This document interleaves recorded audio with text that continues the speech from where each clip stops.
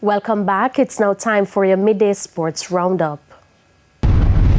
Chairman of the organizing committee for the Pure Water R. Danny Williams Development Meet, Ian Forbes, has emphasized the significance of participating as athletes look towards starting their season. Forbes says meets such as this one carries valuable points for the rest of the season. It's a wide array of events, which of course the athletes will be getting ranking points, global ranking points from World Athletics. So it's a very important meet.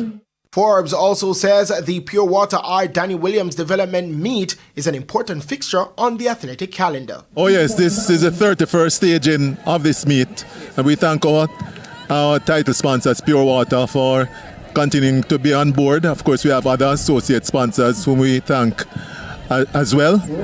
But it has contributed significantly to the growth and development of track and field in Jamaica. The meet, which unofficially kicks off the local track and field season, was held on Saturday at the Jamaica College's Ashenheim Stadium.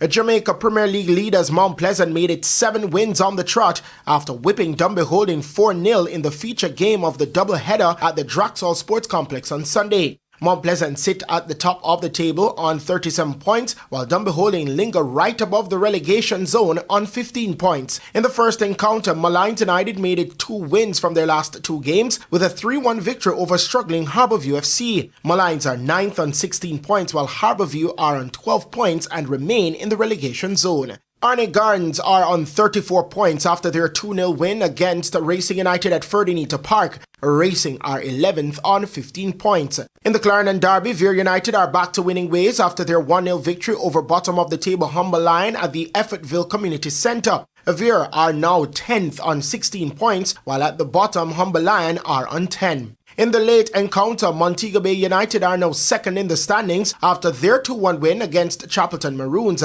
Brian Brown struck twice, as Mabay United are also on 34 points, ahead of Arnett Gardens by a goal difference. Action continues tonight with a doubleheader at the Anthony Spalding Sports Complex as Tivoli Gardens faces Portmore United, while defending champions Cavalier battles Waterhouse. Those matches start at 5 p.m. and 7:45 p.m. respectively. And finally, Shea Gilgeous-Alexander scored 33 points as the Oklahoma City Thunder beat the Boston Celtics 105-92 for a franchise record 15th successive win in the NBA. Gilgeous-Alexander also had 11 rebounds, 6 assists, 3 steals and 2 blocks for the Thunder, who have not lost since December 1. The Thunder's previous longest winning run of 14 games came in 1996 when they were called the Seattle Supersonics. A victory improved Oklahoma's record to 30-5 and extended their lead at the top of the Western Conference. In other games, Eastern Conference leaders Cleveland Cavaliers defeated Charlotte Hornets 115-105. The Houston Rockets defeated the Los Angeles Lakers 119-115. Sacramento defeated Golden State Warriors 129-99. The New Orleans Pelicans defeated the Washington Wizards 110-98. And the Utah Jazz triumphed 105-92 at the Orlando Magics. I'm Christopher Scott, and that is your Midday Sports Report. Thank you, Christopher. And that's the Midday News. I'm Shamela Pullen. Join us at 7 for Primetime News. On behalf of the news, sports and production teams, good afternoon.